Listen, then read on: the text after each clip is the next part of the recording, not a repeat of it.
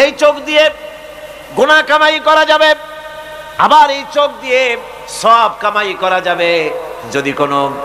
যদি কোনো সন্তান তার মা বাবার দিকে ভক্তির নজরে, মহব্বতের নজরে যদি তাকায়, নবীজি বলেছেন একটা কবুল নফল হজের সওয়াব আমলনামায় লেখা যাবে।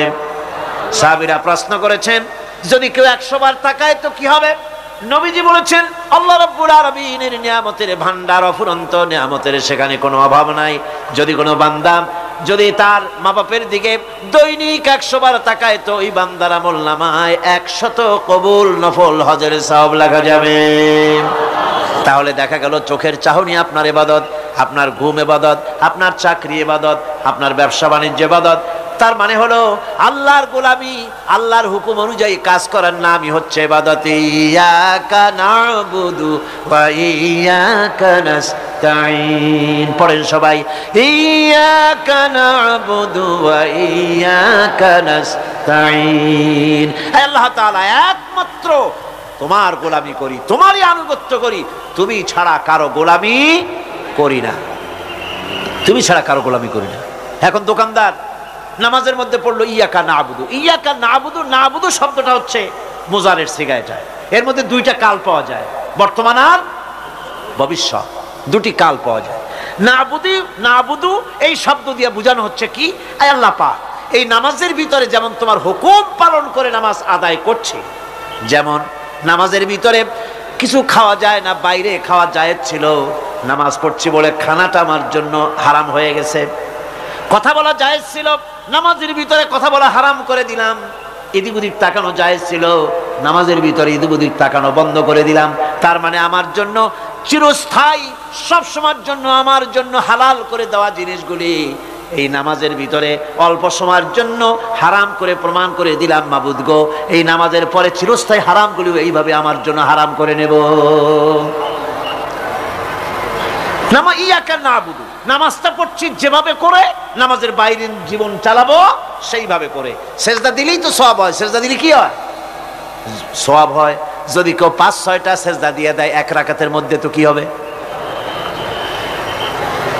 যদি কেউ নামাজ পড়লে তো সওয়াব হয়। ফজরের নামাজ যদি 4 রাকাত পড়ে তো কি হবে? মাগরিবের নামাজ যদি 2 রাকাত পড়ে অথবা 4 রাকাত পড়ে তো কি হবে? ইচ্ছে করে যদি এভাবে করে, ভুল করবে নয়, ইচ্ছে করে যদি করে তাহলে আল্লাহর আইনের সঙ্গে বিরোধিতা করছে বলে সে বিদ্রোহী হিসাবে প্রমাণিত হবে। সুতরাং কথা হচ্ছে নামাজের ভিতরে আয় আল্লাহ পাক ইয়াকা না'বুদু, এই নামাজের ভিতরে তোমার হুকুম মেনে যেভাবে নামাজ আদায় করি, নামাজের বাইরের জীবনটাও তোমার হুকুম মেনে পালন করব। এটাই হচ্ছে ইবাদতের মূল থিম, মূল আইডিয়া, মূল ফিলোসফি। নামাজ ইবাদত করতে হবে জীবনের সব ক্ষেত্রে। নামাজের ভিতরে বললাম ইয়াকা না'বুদু। দোকানদার, এই লোকটা কি? দোকানদার,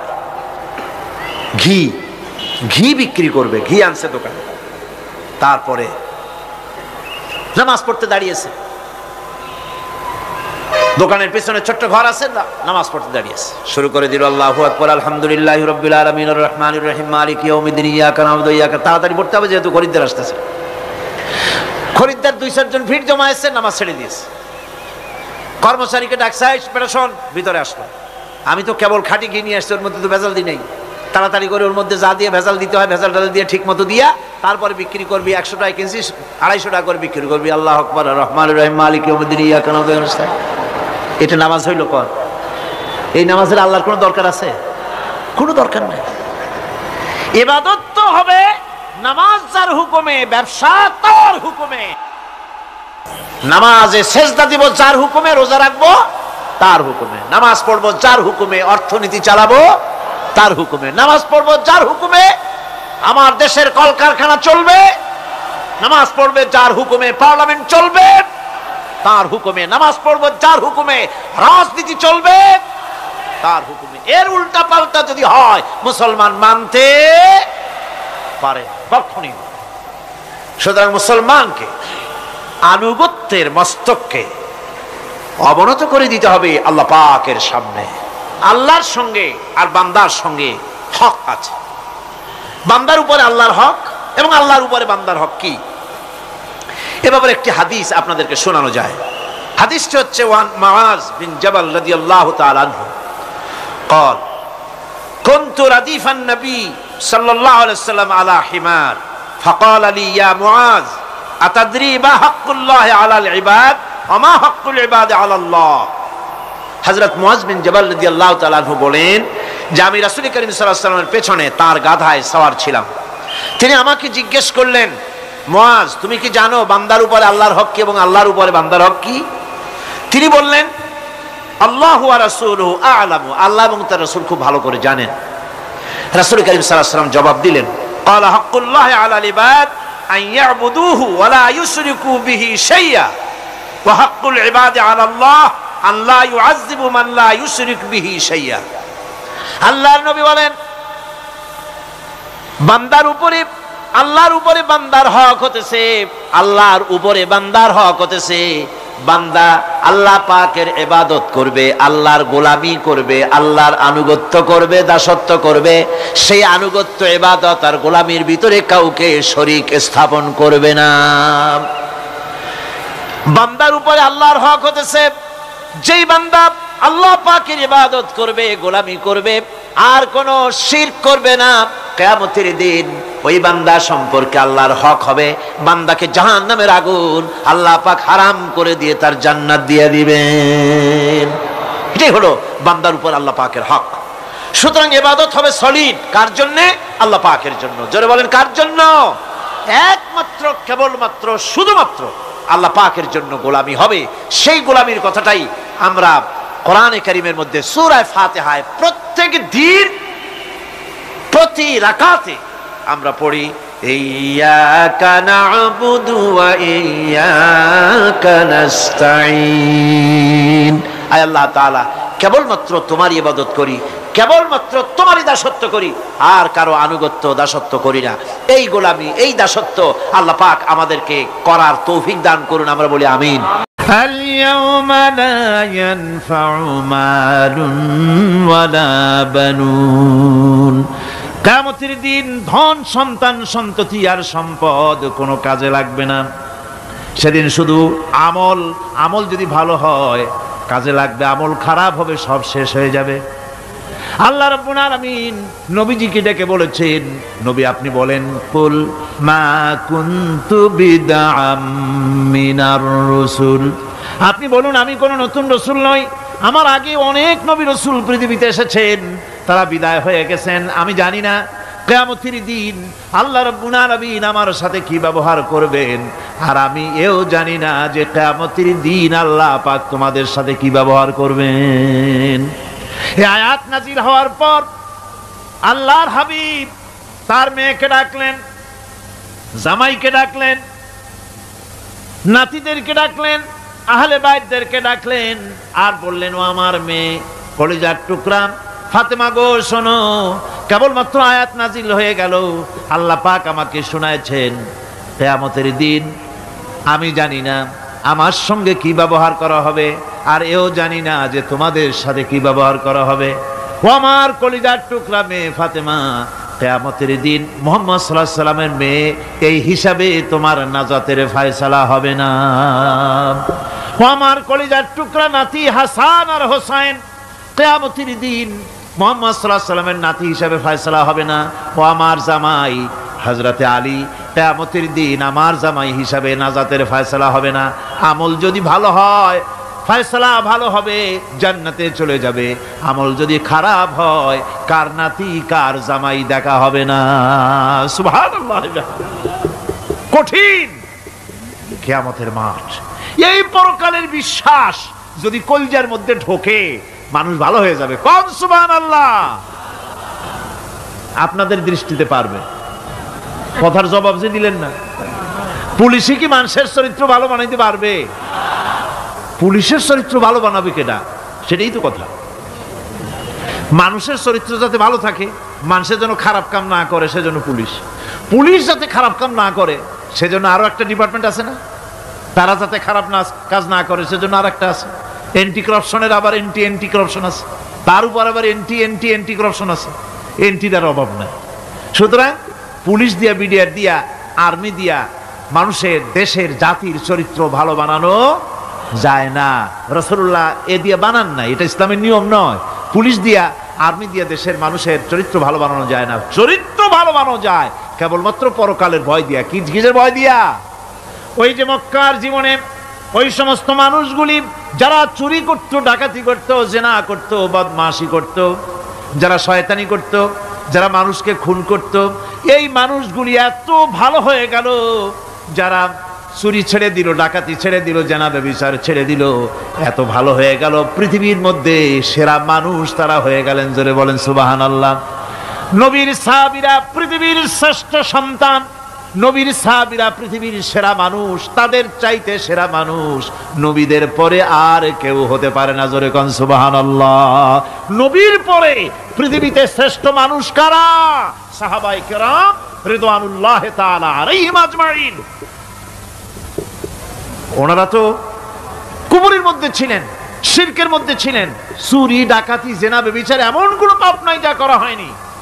তারপরে যখন আল্লাহর নবীর কাছ থেকে তাওহীদ, রিসালাত ও আখিরাতের দাওয়াত পেলেন, কি সোনার মানুষ এক একজন হয়ে গেলেন। সুবহানাল্লাহ। যারা ছিলেন নারীর সতীত্বের জম, তারা হয়ে গেলেন নারীর সতীত্বের পাহারাদার। যারা মানুষের মাল চুরি করত, ডাকাতি করত, তারা রাতভর মানুষের মালের পাহারা দিল, মানুষের রক্তের পাহারা দিল। সুবহানাল্লাহ বিহামদি। রক্ত সম্পদের পাহারা দিল। রাসূল বললেন, খাইরুল কুরুনে কারনি, সর্বশ্রেষ্ঠ যুগ তো আমার যুগ। বন্ধুগণ, এরপরে একটা জীবন আসবে ওই কিয়ামতের ময়দানে। এই পরকালের বিশ্বাসটা গুরুত্বপূর্ণ ব্যাপার। আমাদের সব কিছুর হিসাব দেওয়া লাগবে। আল্লাহ পাক বলেন, ইন্নাস সামআ ওয়াল বাসারা ওয়াল ফুআদা কুল্লু উলাইকা আনহু মাসউলা। নিঃসন্দেহে মানুষের শ্রবণ শক্তি, দর্শন শক্তি এবং তার অন্তঃকরণের কল্পনা সম্পর্কে আল্লাহ রাব্বুল আলামিনের কাছে জিজ্ঞাসিত হতে হবে। কান দিয়া কি করেছিল, চোখ দিয়া কি করেছিল, মুখ দিয়া কি করেছিলে, হাত দিয়ে কি করেছিলে, সবকিছুর জবাব আল্লাহ রাব্বুল আলামিনের কাছে দিতে হবে। সবটার জবাব দিতে হবে, কোনো কিছু বাদ যাবে না। এমনকি মনের ভিতরে যে কল্পনা আমরা করি, এই কল্পনার হিসাবও আল্লাহর দরবারে দিতে হবে। কোরআনে কারীম বলছেন, ওয়া ইন তুবদু মা ফি আনফুসিকুম আও তুখফুহু ইউহাসিবকুম বিহিল্লাহ। মনের ভিতরে তুমি যেটা কল্পনা করো সেটা প্রকাশ করো, অথবা তুমি গোপন রাখো, যাই তুমি করো না কেন, আল্লাহ রাব্বুল আলামিন এর হিসাবও তোমার কাছে নেবেন। ফায়াগফিরু লিমান ইয়াশাউ ওয়া ইউআযযিবু মান ইয়াশাউ ওয়াল্লাহু আলা কুল্লি শাইইন কাদির। মহান আল্লাহ পাক বলেন, করার পর তোমার মনের ভিতরে কি কল্পনা করেছিলে ওইটার হিসাব আমি নেব। হিসাব নেওয়ার পর যারে খুশি ক্ষমা করে দেব, যাকে খুশি শাস্তি প্রদান করব। সবকিছুর উপরে আল্লাহ রব্বুল আলামিন শক্তিমান, সব তিনি করতে পারেন, সমস্ত কুদরত রয়েছে তার। সুতরাং মানুষদেরকে, আল্লাহর বান্দাদেরকে বিশ্বাস করতে হবে যে আমার কোনো কথা বাদ যাবে না। কথাগুলি রেকর্ড হচ্ছে, কথা রেকর্ড হচ্ছে। আমি যে ওয়াজ করতেছি এই কথাগুলি রেকর্ড হচ্ছে নাকি হচ্ছে না? অনেক টেপ রেকর্ডার রেকর্ড হচ্ছে, অডিও ভিডিও হচ্ছে। আজ থেকে 50 বছর পর যদি এই রেকর্ড বাজানো হয়, আমাকে যদি বলা হয় যে আপনি অমুক জায়গায় অমুক কথা বলেছেন, আমি যদি বলি না আমি কথা বলি নাই, তারপরে যদি রেকর্ড বাজানো হয়, তাহলে আমি কথা যে বলি নাই যদি বলি, তাহলে এটা ধরা পড়বে না? সেখানে ধরা পড়বে না? তাহলে এই মানুষের কথা প্লাস্টিকের ফিতায় রেকর্ড করে 50 বছর, 100 বছর, 200 বছর, 500 বছর যদি প্লাস্টিকের ফিতায় এটাকে চলচ্চিত্র করে অথবা টেপ রেকর্ডারে করে যদি ধরে রাখা যায়, এই বুদ্ধিটা কে দিলেন কন্ত দেখি? সবাই কন্যা বুদ্ধিটা দিলেন কে? যে আল্লাহ রাব্বুল আলামিন মানুষের মাথায় বুদ্ধি দিলেন, যার দ্বারা সে মানুষের কথাবার্তা অ্যাক্টিভিটি সব ধরে রাখতে পারে। সেই আল্লাহ রাব্বুল আলামিন বুঝি আপনার আমার কথা এবং আপনার আমার অ্যাক্টিভিটিসকে তিনি বুঝি ধরে রাখতে পারবেন না কিয়ামত পর্যন্ত? পারবেন কি না? সেজন্য রব্বুল আলামিন বলেন, মা ইয়ালফিযু মিন কাওলিন ইল্লা লাদাইহি রাকীবুন আতীদ। সমস্ত কথা রেকর্ড হচ্ছে। সুবহানাল্লাহ কোন জোরে! সমস্ত কথা রেকর্ড হচ্ছে, একটা কথাও বাদ যাবে না। মুখ আছে বলেই কথা বলবেন তা না, হিসাব করে কথা বলতে হবে। গীবত গাওয়া যাবে না, মিথ্যা কথা বলা যাবে না, মিথ্যা ওয়াদা করা যাবে না। মিথ্যা ওয়াদার তো মৌসুম এসে গেছে। কি কোন বোঝেন কথা? হ্যাঁ, মিথ্যা ওয়াদার মৌসুম এসে গেছে। এখন মৌসুমে বাহার, মিথ্যা বলার। কত সুন্দর সুন্দর ওয়াদা, সোনা দিয়া রাস্তা বানায় দেব। অভুক্ত মানুষদের বলা হয় না খেয়ে মরবেন না, কিন্তু কি খেয়ে মরবে তাও কয় না। আমরা যদি যাইতে পারি তাহলে মটকির মতো রসগোল্লা বানায় দেব, গরুর গাড়ির চাকার মতো জিলাপি বানায় দেব। খাইতে গিয়ে হা করে চিত হয়ে থাকবে। কত রঙিন রঙিন কথা। মিথ্যা ওয়াদার সময় এসে গেছে। ভাইরা আমার, পরকাল যদি বিশ্বাস করে সেই ব্যক্তি কিছুতেই মুখ আছে বলেই যা খুশি বলবে না, পরনিন্দা করবে না, পরচর্চা করবে না। হাত আছে বলেই যা তা লিখবে না। ঘটনা হইল একটা, লিখলো আর একটা। কলম একটা আছে বলেই যা খুশি তা লেখা যায় না। মুখ আছে বলেই যা খুশি তা বলা যায় না।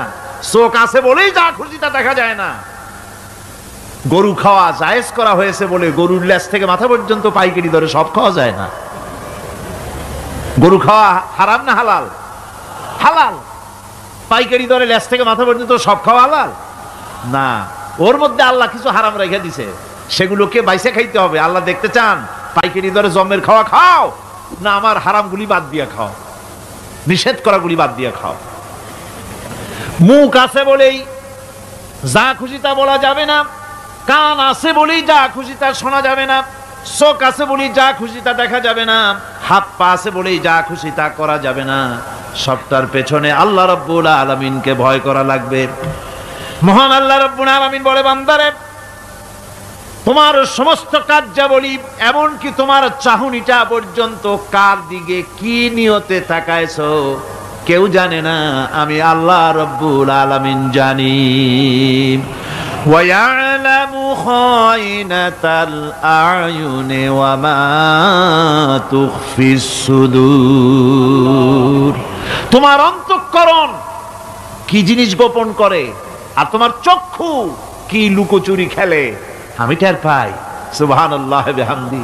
চশমার ফাঁক দিয়া কি দেখো, কারে দেখো, কি নজরে দেখো, সানগ্লাস পরিয়া কেউ ঠিক পায় না, আমি ঠিক পাই। সুবহানাল্লাহ, জোরে কান সুবহানাল্লাহ। সুতরাং চোখের নজরের হিসাব হবে, হাতের কাজের হিসাব হবে, পায়ের চলার হিসাব হবে, আপনার বলার হিসাব হবে। মুখে যা বলেছেন, যা করেছেন, হাত পাও দিয়ে যা করেছেন, সবকিছুর হিসাব হবে কিয়ামতের দিন। আল্লাহর দরবারে সবকিছু উপস্থিত হবে, কোনো জিনিস বাদ পড়বে না। فَمَن يَعْمَلْ مِثْقَالَ ذَرَّةٍ خَيْرًا يَرَهُ وَمَن يَعْمَلْ مِثْقَالَ ذَرَّةٍ شَرًّا يَرَهُ।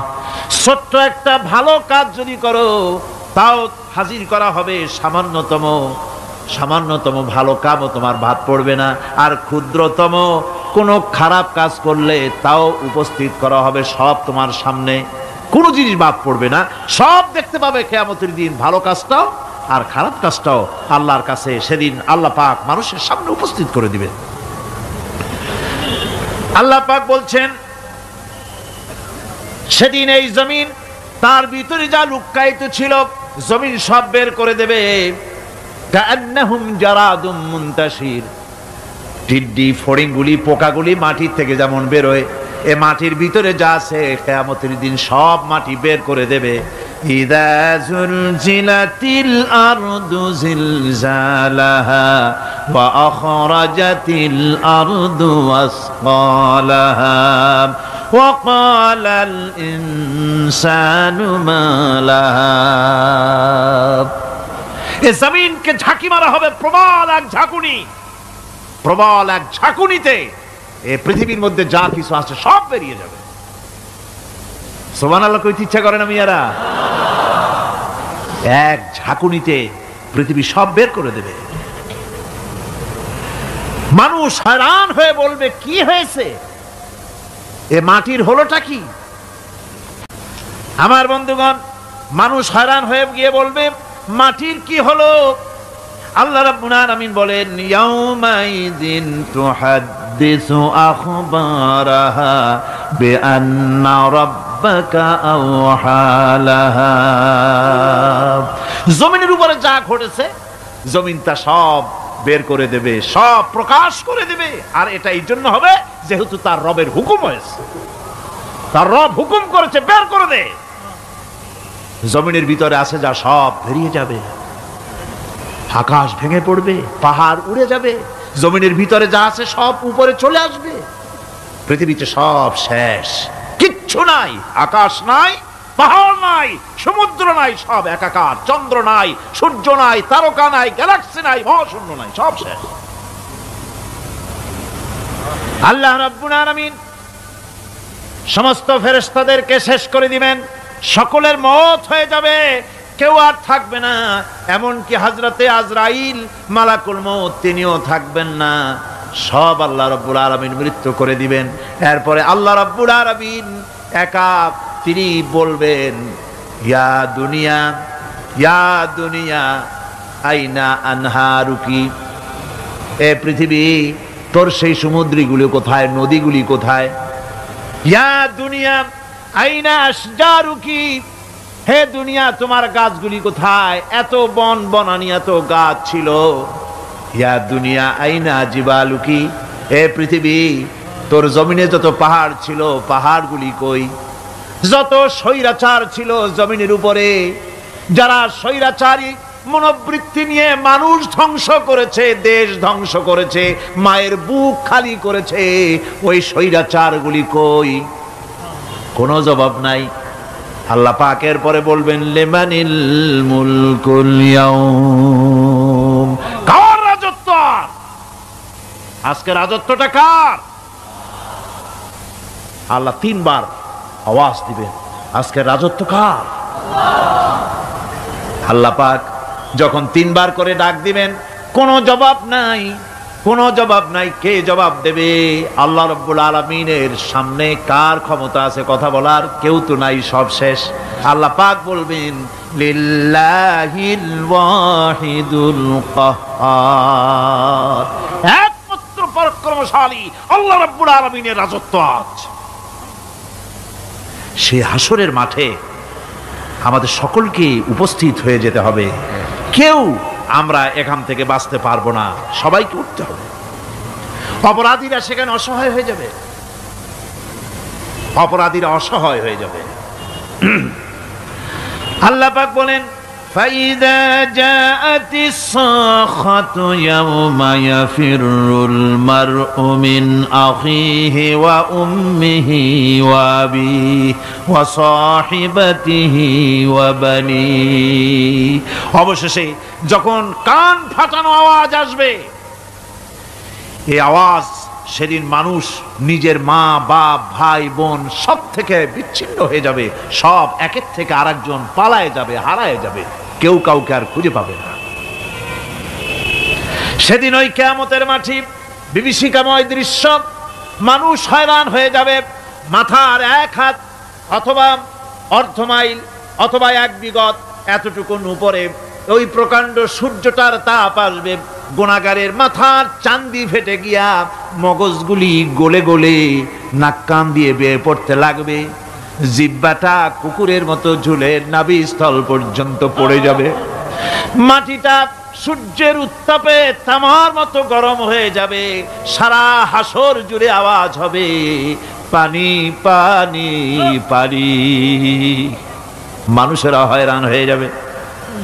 সেই হাসরের ময়দানে এই চরম কষ্টের ভিতরে আল্লাহ রাব্বুল আলামিন বলেন সেদিন দুটো ভাগ হয়ে যাবে, একদল মানুষের চেহারা আলোয় ঝলমল হয়ে যাবে, আর একদল মানুষের চেহারাগুলি কালো হয়ে যাবে।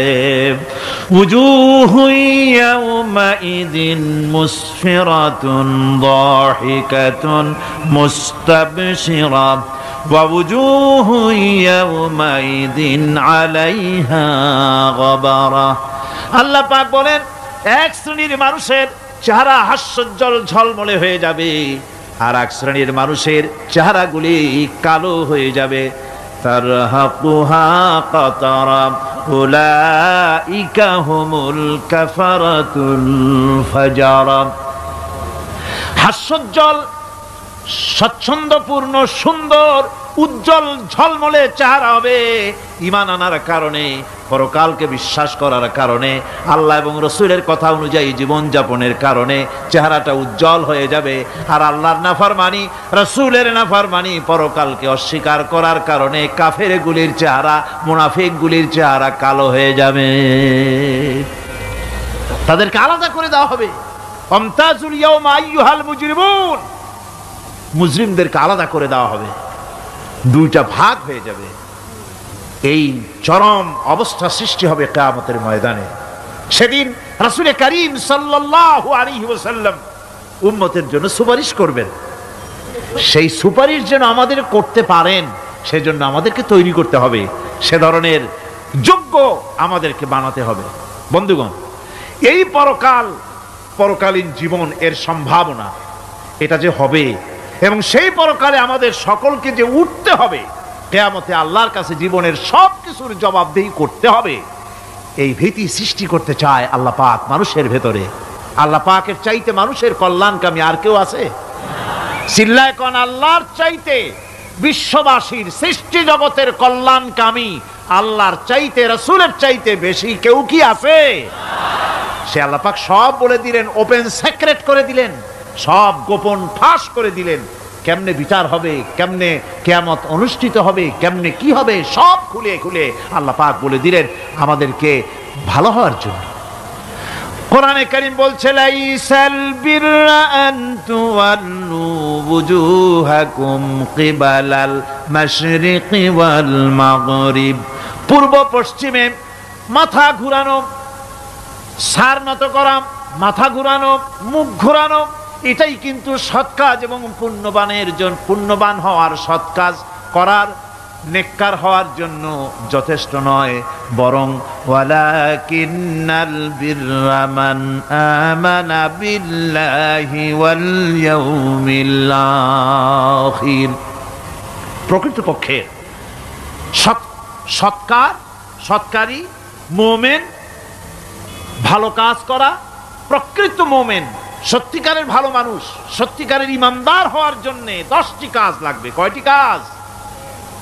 10টি কাজ লাগবে। সেই 10টি কাজের একটি কাজ গত বছর আপনাদের খেদমতে আরজ করা হয়েছে, 2টি বলা হয়েছে, বাকি আজকে বললাম আর একটা, হয়ে গেল 3টা। বাকি আছে কয়টা? 7টা। বাকি আছে আরো 7টা। পরকাল ভিত্তিক জীবনযাপন যদি করতে পারি, তাহলে আমরা হব দুনিয়ার শ্রেষ্ঠ মানুষ। কোন আলহামদুলিল্লাহ। وسخر لكم ما في السماوات وما في الأرض। এই পৃথিবীতে যা কিছু তোমরা দেখতে পাও, এই সব কিছুকে তোমার অনুগত করে দেওয়া হয়েছে, যাতে করে তোমার সাহায্য করতে পারে, তোমার সহযোগিতা করতে পারে। এজন্য আমি সব কিছুকে সৃষ্টি করেছি। সাখারা শব্দের অর্থ হচ্ছে যে আমি সবগুলিকে তোমাদের অনুগত করে দিয়েছি, যাতে করে তোমাদের অনুগত থাকে, অর্থাৎ তোমরা তাদের এই সমস্ত জিনিস দিয়ে তোমরা কাজ নিতে পারো। পানির উপর দিয়ে তোমরা যেন নৌকা চালাতে পারো, স্টিমার চালাতে পারো, পানি অনুগত করা হয়েছে, বাতাসকে অনুগত করা হয়েছে, পৃথিবীর সব কিছুকেই আমি অনুগত করে দিয়েছি তোমাদের, যাতে করে তার দ্বারা তোমরা কাজ নিতে পারো। অন্যত্র আল্লাহ বলছেন, আল্লাহুল্লাযী খালাকাস সামাওয়াতি ওয়াল আরদা ওয়া আনজালা মিনাস সামাই মাআন ফাআখরাজা বিহি মিনাস সামারাতি রিজকান লাকুম। আল্লাহ হচ্ছেন তিনি, আল্লাহ রাব্বুল আলামিন হচ্ছেন তিনি, যিনি আকাশ সৃষ্টি করেছেন, যিনি জমিন সৃষ্টি করেছেন এবং ঊর্ধ্বদেশ থেকে মেঘমালা থেকে তোমাদের জন্য বৃষ্টি বর্ষণ করেছেন এবং সেই বৃষ্টি দিয়ে মাটির ভিতর থেকে ফসল উদ্গত করে তোমাদের খাবারের বন্দোবস্ত করেছেন। তিনি হচ্ছেন আল্লাহ পাক। তার দয়া সব জায়গায় ছড়িয়ে আছে। তার দয়া নাই, রহমত নাই, এমন কোন সৃষ্টি নাই। মানুষের জন্য যা কিছু প্রয়োজন তিনি তার দয়া দিয়ে, রহমত দিয়ে তিনি তার সৃষ্টি করে দিয়েছেন। আল্লাহ পাক বলছেন ওয়াসাখখারা লাকুমুশ শামসা ওয়াল কামারা দাইবিনা ওয়াসাখখারা লাকুমুল লাইলা ওয়ান নাহার। যিনি চন্দ্র সূর্যকে সৃষ্টি করেছেন এবং এগুলিকে নিয়ন্ত্রিত করেছেন, চাঁদ সূর্যকে সৃষ্টি করে নিয়ন্ত্রিত করে দিয়েছেন, তোমাদের সমস্ত প্রয়োজন তিনি মিটিয়ে দিয়েছেন। দেখুন, চাঁদ এবং সূর্যকে আল্লাহ পাক সৃষ্টি করেছেন এবং একটা রহমত, একটা কুদরত সেই চাঁদ সূর্যের মধ্যে দান করেছেন। সূর্য যেখানে আছে, এটা যদি আল্লাহর দয়া না থাকতো, শুধু তাপ দেওয়ার জন্য সৃষ্টি করতেন আর মানুষের কল্যাণের দিকটা যদি চিন্তা না করতেন তাহলে সমস্যা হয়ে যেত। সূর্য যেখানে আছে, বিজ্ঞানীরা বলেছেন তার থেকে যদি কিছু নিচে নেমে আসতো তাহলে গোটা পৃথিবী জ্বলে পুড়ে ভস্ম হয়ে যেত। আর যেখানে আছে তার থেকে সূর্য যদি কিছু উপরে উঠে যেত তাহলে গোটা পৃথিবী হিম শীতল হয়ে পৃথিবী ফ্রিজ হয়ে যেত, মানুষ প্রাণী জগৎ মরে সব শেষ হয়ে যেত। চাঁদ যেখানে আছে, এই চাঁদ তার জায়গা থেকে কিছু উপরে যদি উঠতো তাহলে পৃথিবী মরুভূমি হয়ে যেত। আর যেখানে আছে তার থেকে কিছু নিচে যদি আসতো তাহলে গোটা পৃথিবী পানি, সমুদ্রের পানি, নদীর পানিগুলি প্লাবিত হয়ে, ওভারফ্লো হয়ে, উচ্ছ্বসিত হয়ে গোটা পৃথিবীকে প্লাবিত করে দিত, ডুবাই দিত, সব শেষ হয়ে যেত। তাহলে আমরা দেখতে পাচ্ছি শুধু সৃষ্টি নয়, সৃষ্টিও করেছেন এবং প্রত্যেকটি সৃষ্টির পেছনে তার দয়া কাজ করেছে, তার কুদরত কাজ করেছে, যাতে করে মানুষের জন্য সুবিধা হয়, মানুষের জন্য উপকার হয়। অন্য আয়াতে আল্লাহ পাক বলেন وآتاكم من كل سألتموه وإن تعدوا نعمة الله لا تحصوها। আল্লাহ পাক বলেন তিনি তোমাদের প্রতি এত দয়াবান, আল্লাহ তোমাদের প্রতি এত দয়া রাখেন, এত মেহেরবানি করেন যে তোমাদের সমস্ত চাহিদা তিনি পূরণ করেছেন। তোমাদের জীবনে যা দরকার সব তিনি পূরণ করেছেন, এত পূরণ করেছেন তোমরা যদি আল্লাহ পাকের নেয়ামতগুলি যদি গণনা করো, ওয়া ইন তাউদ্দু নি'মাতাল্লাহি লা তুহসুহা, আমার নিয়ামতগুলি যদি গুনতে থাকো গুনে গুনে আমার নিয়ামত শেষ করতে পারবে না। সুবহানাল্লাহ বিহামদি, আমার নিয়ামত গুনে শেষ করতে পারবে না, এত নিয়ামত আমি আল্লাহ রাব্বুল আলামিন দান করেছি। সুতরাং প্রকৃত কথা হচ্ছে যে মানুষ বড় অকৃতজ্ঞ, মানুষ সমস্ত নিয়ামতকে, নিয়ামতের শুকর আদায় করে না, নিয়ামত বোঝেও না। উলাইকা কাল আনাম, চোখ আছে, চোখ দিয়া সব দেখে কিন্তু আল্লাহর নিয়ামতগুলি দেখে উপলব্ধি করার ক্ষমতা নাই। খায় জনমের খাওয়া, কিন্তু খাওয়ার পরে কার খানা খাইলো, কার দেওয়া খানা খেলো, এরপরে এতটুকুন শুকরিয়াও আদায় করে না। তো চোখ থাকতে দেখে না, অন্তর থাকতে চিন্তা করে না, কান থাকতে হক শোনে না। আল্লাহ পাক বলেছেন উলাইকা কাল আনাম, এরা হলো জানোয়ারের মতো। কিসের মতো বলুন? আল্লাহ বলেন না বালহুম আদাল, শুধু জানোয়ারের মতো না, বরং জানোয়ারের চাইতেও নিকৃষ্ট। জোরে কোন নাউজুবিল্লাহ। যাদের চোখ থাকতে দেখলো না, কান থাকতে শুনলো না, অন্তঃকরণ থাকতে বিবেচনা করলো না, এরা চতুষ্পদ জানোয়ারের মতো। আল্লাহ পাক বলছেন আর রহমান আল্লামাল কোরআন, এ কোরআন শিক্ষা দিয়েছেন রহমান, যিনি দয়ার সাগর, যিনি মানুষের সব প্রয়োজন মিটিয়েছেন। কোরআনের মতো একটা বড় প্রয়োজন তিনি মিটাবেন না, তা কি হতে পারে? জোরে কোন হতে পারে?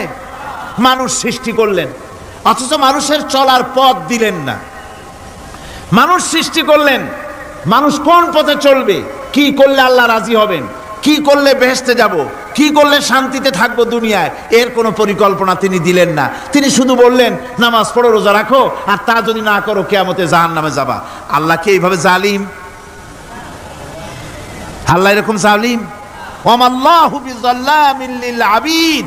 আল্লাহ পাক বলেছেন আমি আমার বান্দার জন্য জালিম নই, আমি বান্দার উপর জুলম করি না। আল্লাহ পাক রহমান, তিনি আমাদের পথ দেখিয়েছেন। তিনি কি সুন্দর, কত রহমত তার, কত দয়া। রহমান নাম দিয়ে সূরাটি শুরু করেছেন। এ কোরআন শিক্ষা দিয়েছেন তিনি, যিনি দয়াবান। আল্লাহ রাব্বুল আলামিন বলেন, আল্লাযী জাআলা লাকুমুল আরদা মাহাদান ওয়া জাআলা লাকুম ফীহা সুবুলান লাআল্লাকুম তাহতাদুন। তিনি আল্লাহ যিনি তোমাদের জন্য এই পৃথিবীটাকে সমতল করেছেন, এই পৃথিবীটাকে সুন্দর করেছেন, সমতল করে দিয়েছেন। আর তোমাদের চলার জন্য তিনি রাস্তা তৈরি করেছেন, সমতল জমিনের উপরে করে দিয়েছেন, পৃথিবীটাকে সমতল করেছেন, মাটিটাকে সুন্দর করেছেন, রহমত করেছেন। তিনি পৃথিবীর মানুষকে বসবাসের জন্য একটা পৃথিবী বানালেন, কিন্তু সেই পৃথিবীতে সেই মাটিটা এমন হলো যেখানে এত শক্ত যা বিল্ডিং করা যায় না, যেখানে মাটি খোসা যায় না, জমিন চাষ করা যায় না। জমিন কি এরকম শক্ত? জোরে বলেন, এরকম শক্ত? এরকম শক্ত না। আবার বৃষ্টি পড়লে যে কাদা হয়, ওই রকম যদি জনমের মতো আল্লাহ কাদা বানায় দিতেন যে মানুষ দাঁড়াইতেই পারে না, কাদার মধ্যে ডুবে যায়, এরকম যদি অবস্থা হতো, তাহলে এই পৃথিবীর এই জমিনের উপরে মানুষ বাড়ি ঘর বানাইতে পারতো না। ঠিক কিনা কন? আল্লাহ পাক বলছেন, আমি একটা ভারসাম্যের মাধ্যমে এই পৃথিবীকে, এই জমিনকে সৃষ্টি করছি, এবং এই জমিন যেন তোমাকে নিয়ে নড়াচড়া করতে না পারে সেজন্য আমি পাহাড় দিয়েছি। পাহাড়গুলিকে কিলকের মতো, পেরেকের মতো খিল মেরে দিয়ে পৃথিবীটার ভারসাম্য রক্ষা করেছি, যাতে করে তোমাকে নিয়ে টালমাটাল হতে না পারে। এই সুন্দর করে পৃথিবীটা বানালাম। তারপরে وَلَقَدْ مَكَّنَّاكُمْ فِي الْأَرْضِ وَجَعَلْنَا لَكُمْ فِيهَا مَعَائِشَ قَلِيلًا مَا تَشْكُرُونَ।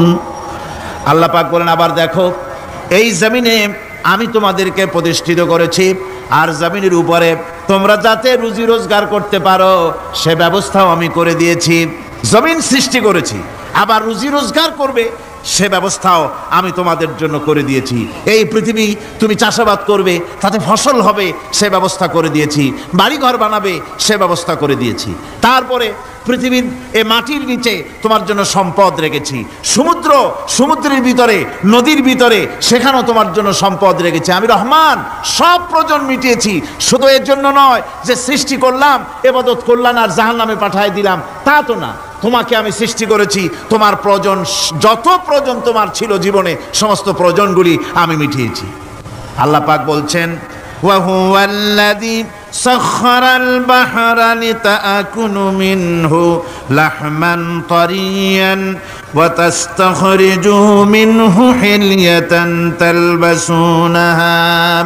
আল্লাহ পাক বলেন, এই সমুদ্রকে আমি আল্লাহ তোমার নিয়ন্ত্রিত, তোমার নিয়ন্ত্রণাধীন করে দিয়েছি সমুদ্রকে, আর তার ভিতরে তাজা মাংস, তাজা গোশত তোমার জন্য রেখেছি, খাবার রেখেছি। আবার তুমি পরিধান করতে পারো এমন জিনিসও, ব্যবহারের জিনিস সমুদ্রের মধ্যে রেখে দিয়েছি। তার মানে হলো সমুদ্রের ভেতরে, তার ভিতরে মাছ রয়েছে, টাটকা মাছ আছে, মণিমুক্তা আছে। স্থলভাগে পৃথিবীর মাটির উপরে যত জিনিস আছে, যত নিয়ামত আছে, সমুদ্রের তলদেশে তার কোনো অংশে কম নাই, বরং তার থেকে আরো বেশি আছে। মাটির উপরে যত নিয়ামত আছে, সম্পদ আছে, মাটির তলায় তার থেকে কোনো অংশে কম নাই। অনেক নিয়ামত মাটির তলায় আছে, খনিজ দ্রব্যগুলি মাটির তলায় থাকে। সমুদ্রের তলদেশে অসংখ্য নিয়ামত আল্লাহ রাব্বুল আলামিন রেখেছেন।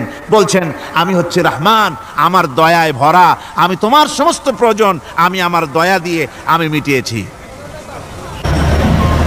আমার ভাইরা, আল্লাহ সুবহানাহু ওয়া তাআলা তিনি হচ্ছেন রহমান, তিনি হচ্ছেন রহমান। জোরে বলেন, তিনি কি? দয়ার সাগর, যিনি মানুষের সমস্ত প্রয়োজন মিটিয়েছেন, তিনি কোরআন অবতীর্ণ করেছেন। আমি আল্লাহর দয়ার কথা, রহমান শব্দের ব্যাখ্যা আপনাদের সামনে করে সামনে এগোচ্ছি। আল্লাহ পাক বলছেন যে আমি এই পৃথিবী সৃষ্টি করলাম, মাটিতে তোমাদের জন্য চতুষ্পদ জন্তু সৃষ্টি করেছি, বাতাসের উপরে পাখিরা সাঁতার কাটছে, আর পানির ভিতরে মৎস্যরাজি রয়েছে। এ সমস্ত প্রাণীগুলির আত্মরক্ষার জ্ঞান আমি দান করেছি, তারা তোমাদের জন্য উপকার করে। সেই পশুগুলির পশম দিয়ে তোমাদের কাপড় চোপড় তৈরি হয়, তারপরে তার চামড়া তোমরা পরিধান করো। এই পশুগুলিও তোমাদের জন্য আমি এক নিয়ামত হিসেবে দিয়েছি। ওয়াল-আনআম খালাকাহা লাকুম ফীহা দিফউন ওয়া মানাফিউ ওয়া মিনহা তা'কুলুন। আল্লাহ সুবহানাহু ওয়া তাআলা বলেন, আমি মানুষের জন্য পশু তৈরি করেছি, চতুষ্পদ জন্তু সৃষ্টি করেছি, যার পশম দিয়ে তোমাদের জন্য শীতের পোশাক তৈরি হয়। আপনারা যে এই যে চাদর গায়ে দেন, কম্বল গায়ে দেন, এগুলো কার পশম? পশুর পশম। পশুগুলির, জন্তুগুলির পশম দিয়ে আপনাদের জামা কাপড়গুলি তৈরি হয়। তারপরে এই পশু আপনাদের জন্য বাড়িতে পাহারা লাগায়। আল্লাহ পাক বলছেন, এছাড়া এই পশুগুলি আমি এমন নিয়ামত দান করেছি, সমুদ্রের ভিতরে, জমিনের উপরে, মাটির তলায়, আবার আকাশের উপরে, জমিনের উপরে বিচরণশীল জীবগুলিও তোমার জন্য তৈরি করেছি। وَتَحْمِلُ أَثْقَالَكُمْ إِلَى بَلَدٍ لَمْ تَكُونُوا بَالِغِيهِ إِلَّا بِشَقِّ الْأَنفُسِ।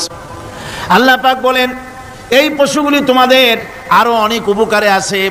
তোমাদের বোঝাগুলি, বড় বড় বোঝাগুলি তারা এক শহর থেকে আর এক শহরে, দূর থেকে দূরান্তরে পিঠে করে তারা বহন করে নিয়ে যায়, যা তোমরা বহন করতে পারতে না। তোমাদের জন্য দারুণ কষ্ট হতো, মুসিবত হতো। এই ধরনের বোঝাগুলি, পশুগুলি তোমাদের জন্য বহন করে নিয়ে যায়।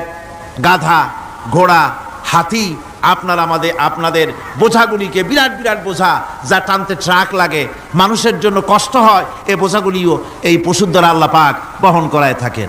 আল্লাহ পাক বলছেন, ইন্না রাব্বাকুম লারাউফুর রহিম। নিশ্চয়ই তোমাদের রব, তিনি তোমাদের প্রতি অত্যন্ত দয়াশীল, তার দয়া পৃথিবীর চতুর্দিকে ছড়িয়ে আছে। তিনি আমাদেরকে এ কোরআন নাজিল করেছেন, এ কোরআন আমাদেরকে শিক্ষা দিয়েছেন এমন এক রহমান, যার দয়া পৃথিবীর চতুর্দিকে সর্বত্র ছড়িয়ে আছে। আল্লাহর দয়া চতুর্দিকে কি ছড়িয়ে আছে কোন? আল্লাহর দয়া, আল্লাহর মুহাব্বত, আল্লাহর করুণা সর্বত্র ছড়িয়ে আছে। আল্লাহ পাক বলছেন, পশু সৃষ্টি করলাম, পশুগুলি তোমাকে পাহারা দিল, তার গোশত তোমরা খেলে, তাকে দিয়ে তোমরা মাল বহন করলে, তার পশম দিয়ে জামা কাপড় বানালে। আরো দেখো কি করলাম এই পশু দিয়ে, ওয়া ইন্না লাকুম ফিল আনআমি লাইবরা নুসকিকুম মিম্মা ফি বুতুনিহি মিন বাইনি ফারসিন ওয়া দামিন লাবানান খালিসান সাইগান লিশ-শারিবিন। আল্লাহ রাব্বুল আলামিন বলেন, চতুষ্পদ জীবের মধ্যে বুদ্ধিমান ব্যক্তিদের জন্য নিদর্শন রয়েছে। যারা বুদ্ধিমান তাদের জন্য নিদর্শন রয়েছে। দেখো, তোমার গাভীগুলি, এগুলি জমিনের ঘাস খেলো, এই ঘাস খাওয়ার পর তার শরীরের ভিতরে রক্ত তৈরি হলো, পেশাব হলো, ময়লা হলো। সেই পেশাব, ময়লা, রক্ত ইত্যাদির ভেতর থেকে আমি তোমাদের জন্য দুধ তৈরি করে দিলাম। যেখান থেকে পেশাব বের হলো, পায়খানা বের হলো, তার পাশের থেকে স্বচ্ছ, সুন্দর, সুমিষ্ট, সুস্বাদু দুধ আমি তোমাদের জন্য বের করে দিলাম। সুবহানাল্লাহ বিহামদিহি। দেখুন, এই দুধ আল্লাহ পাক তৈরি করলেন। কাগজ তৈরি হয় যে মিল, কলকারখানায়, পেপার মিল। আপনারা যদি কোনো পেপার মিলে যান তো যে দেখবেন কাগজ তৈরি হয় গাছ দিয়ে। এই গাছগুলি মিলের মধ্যে, মেশিনের মধ্যে ঢুকানো হয়। মেশিনের ভিতরে গাছটা ঢুকে মেশিনের তাপে, বৈদ্যুতিক তাপে এই গাছগুলি গলে যায়, পানি হয়ে যায়। তারপরে ছাকনা থাকে, নেট থাকে, কয়েকটা নেট থাকে। সেই ছাকনাগুলির ভিতর থেকে ছেঁকে এরপরে সেই পানিটা চলে আসে প্লেটের উপরে, এসে আস্তে আস্তে শক্ত হতে হতে সেটা কাগজে পরিণত হয়ে যায়। পানিটা আস্তে আস্তে কাগজে পরিণত হয়ে যায়। তো এই কাগজ তৈরি করতে গিয়ে কাগজটা থেকে যে ছাকনাগুলি দেওয়া হলো, নেট দেওয়া হলো, যাতে করে কোনো আবর্জনা না যায়, সেজন্য এতগুলি নেট সিস্টেম আছে, এতগুলি ছাকনার সিস্টেম আছে। কিন্তু তারপরেও, এত সাবধানতা সত্ত্বেও আমরা দেখি কাগজে লিখতে গেলে কাগজের মধ্যে নিপের সাথে অ্যাক্সিডেন্ট হয়ে যায়। এ ধরনের আবর্জনা কাগজের মধ্যে দুই একটা থেকে যায়। অনেক কাগজের মধ্যে এরকম পাওয়া যায়, যায় কিনা ভাই?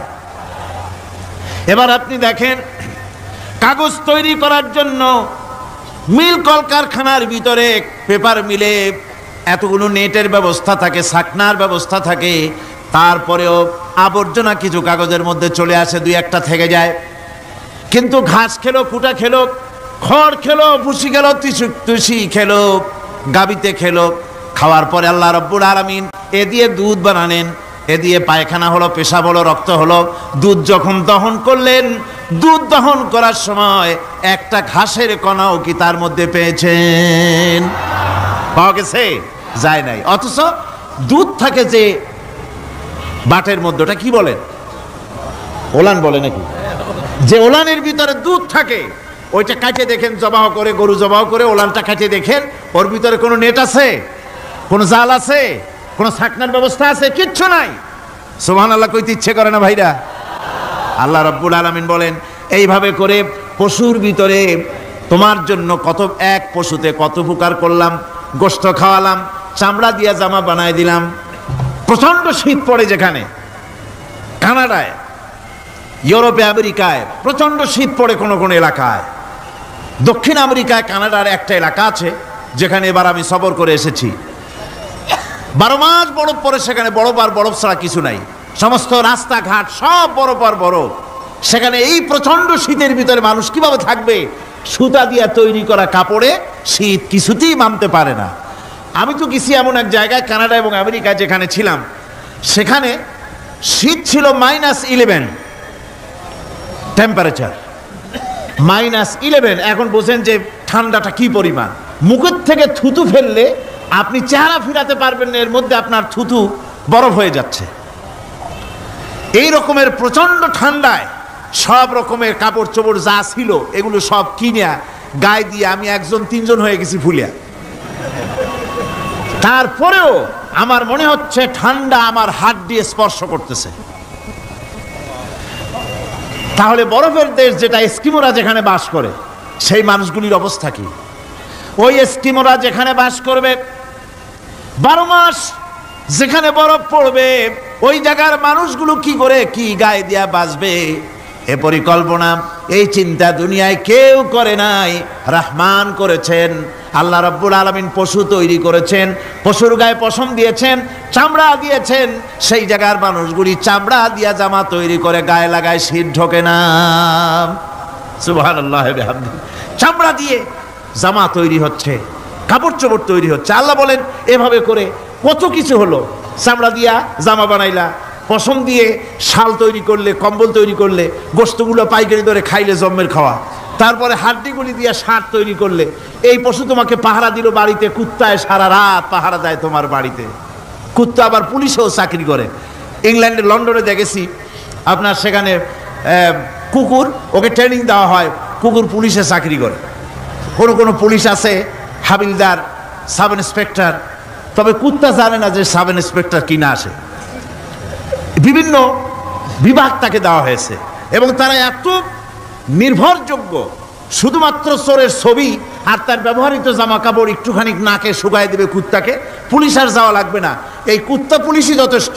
খুঁজা চোর যদি একবার তার নজরে এসে যায়, আর ছাড়াছাড়ি নাই, তাকে হাজির করবে, পুলিশের সামনে এনে হাজির করবে। তো এই কুকুর বাড়িতে পাহারা দিচ্ছে আপনার জন্য, তারপরে পুলিশের দায়িত্ব পালন করতেছে। মানুষ মরে গেলে কোথায় মরেছে সেগুলি সন্ধান করে নিয়ে আসতেছে, মাইন কোথায় পোতা আছে তা খুঁজে নিয়ে আসতেছে। কত উপকার আল্লাহ পাক করছেন। আল্লাহ পাক বলছেন, দেখো বান্দা, তোমার জন্য এই ধরনের অসংখ্য নিয়ামত আমি দান করেছি। আর এই নিয়ামতগুলি কার থেকে আসছে? যত নিয়ামত বান্দা তোমার জন্য তুমি পেয়েছো, সমস্ত নিয়ামত আমি আল্লাহ রাব্বুল আলামিনের পক্ষ থেকে এসেছে। সব নিয়ামত কে দিয়েছেন? জোরে বলেন, কে দিলেন? আল্লাহ পাক দিলেন। আল্লাহ পাক বলেন, এইভাবে করে আমি আমার নিয়ামত দিয়া, রহমত দিয়ে তোমাকে আমি সৃষ্টি করেছি, তোমাকে লালন পালন করতেছি।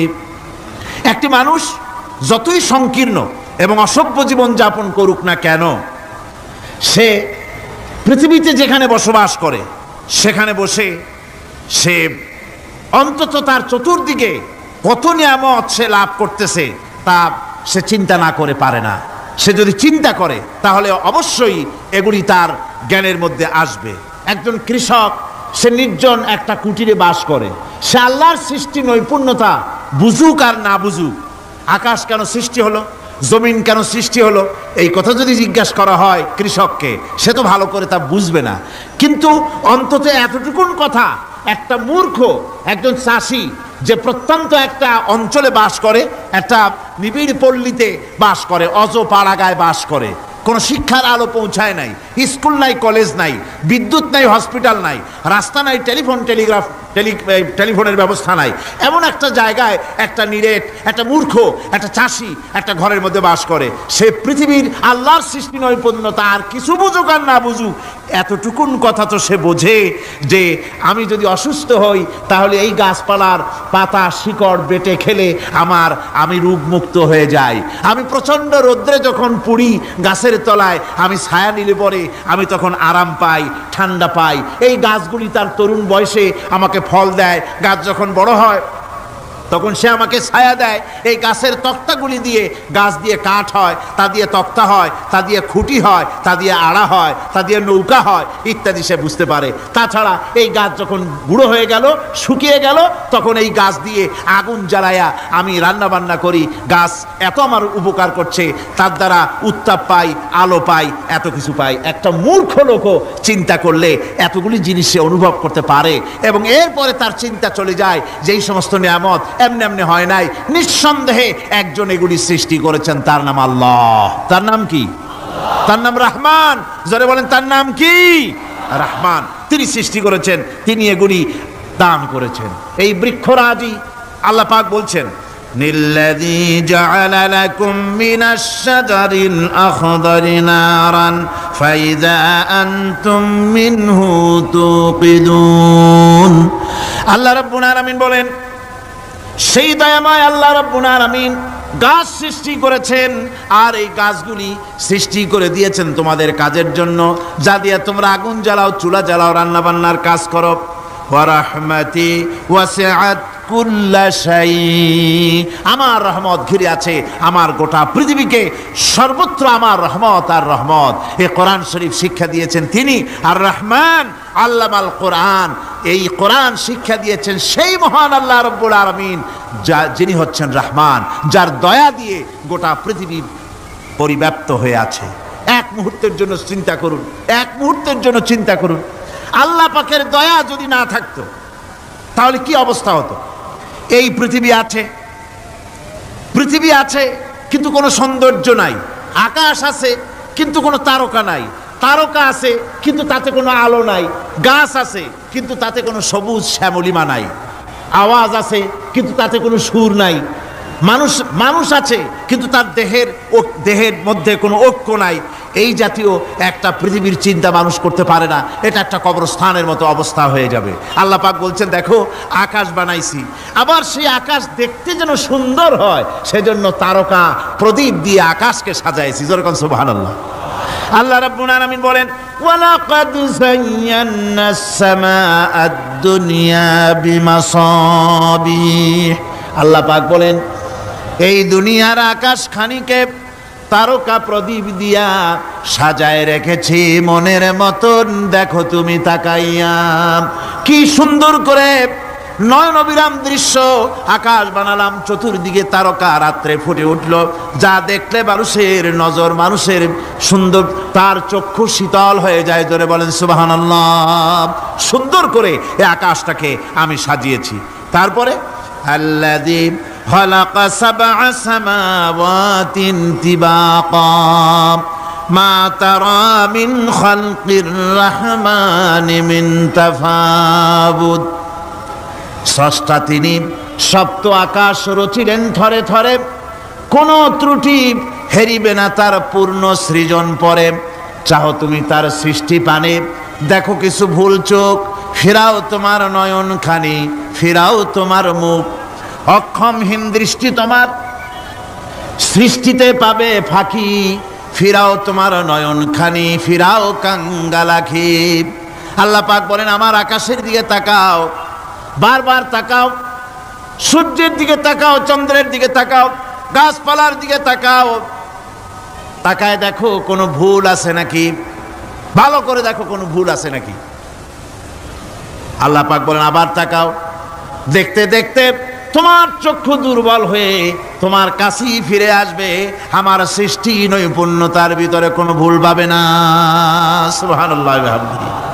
একজন দরবেশ সাহেব তিনি একবার এই সূরার পড়তেছিলেন, মুখস্থ তেলাওয়াত করতেছিলেন, একটা গাছের তলায় বসে, একটা বট গাছের তলায় বসে এটা তেলাওয়াত করতেছিলেন।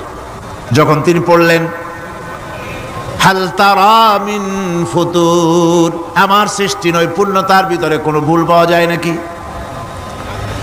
দরবেশ সাহেব চিত হয়ে শুয়ে শুয়ে তেলাওয়াত করতেছেন আর বলছেন আল্লাহ রাব্বুল আলামিন, তোমার সৃষ্টি নৈপুণ্যতার ভিতরে কোনো ভুল ধরার ক্ষমতা তো কোনো মানুষের নাই। তবে একটা জিনিস আমার নজরে পড়ল, এই যে বিরাট বট গাছটা, পৃথিবীতে যত গাছ আছে যেমন গাছ তেমন ফল, তাল গাছটা যেমন ফলও তেমন, নারকেল গাছটা যেমন ফলটাও তেমন, কিন্তু এত বড় বিশাল বট গাছ ফল হতেছে ছোট্ট ছোট্ট ট্যাবলেটের মতো। গাছটা যেমন ফলটা তেমন হয় নাই। আল্লাহ এটা ভুল না, তুমি বলেছো যে দেখো কোনো ভুল টুল আছে নাকি, তো ভুল তো না, আমার চোখে এটা লাগলো, যেমন গাছ তেমন ফল হয় না। দরবেশ সাহেব চিত হয়ে শুয়ে শুয়ে তেলাওয়াত করছেন, মনের মধ্যে এই চিন্তা আসলো গাছটা যেমন তেমন ফলটা হলো না। দরবেশ সাহেব বলেন এই চিন্তা করতেছি, হঠাৎ করে একটা দমকা হাওয়া বয়ে গেল, ডালে ডালে বাড়ি লেগে গেল, একটা আদা পাকা বটের ফল অনেক উপর থেকে বৃন্তচ্যুত হয়ে চট করে এসে আমার নাকের উপরে ফট করে পড়ল। নাকের উপরে এমন ভাবে পড়ছে নাকটা জ্বলে উঠছে। আমি সেজদায় পড়ে গেলাম।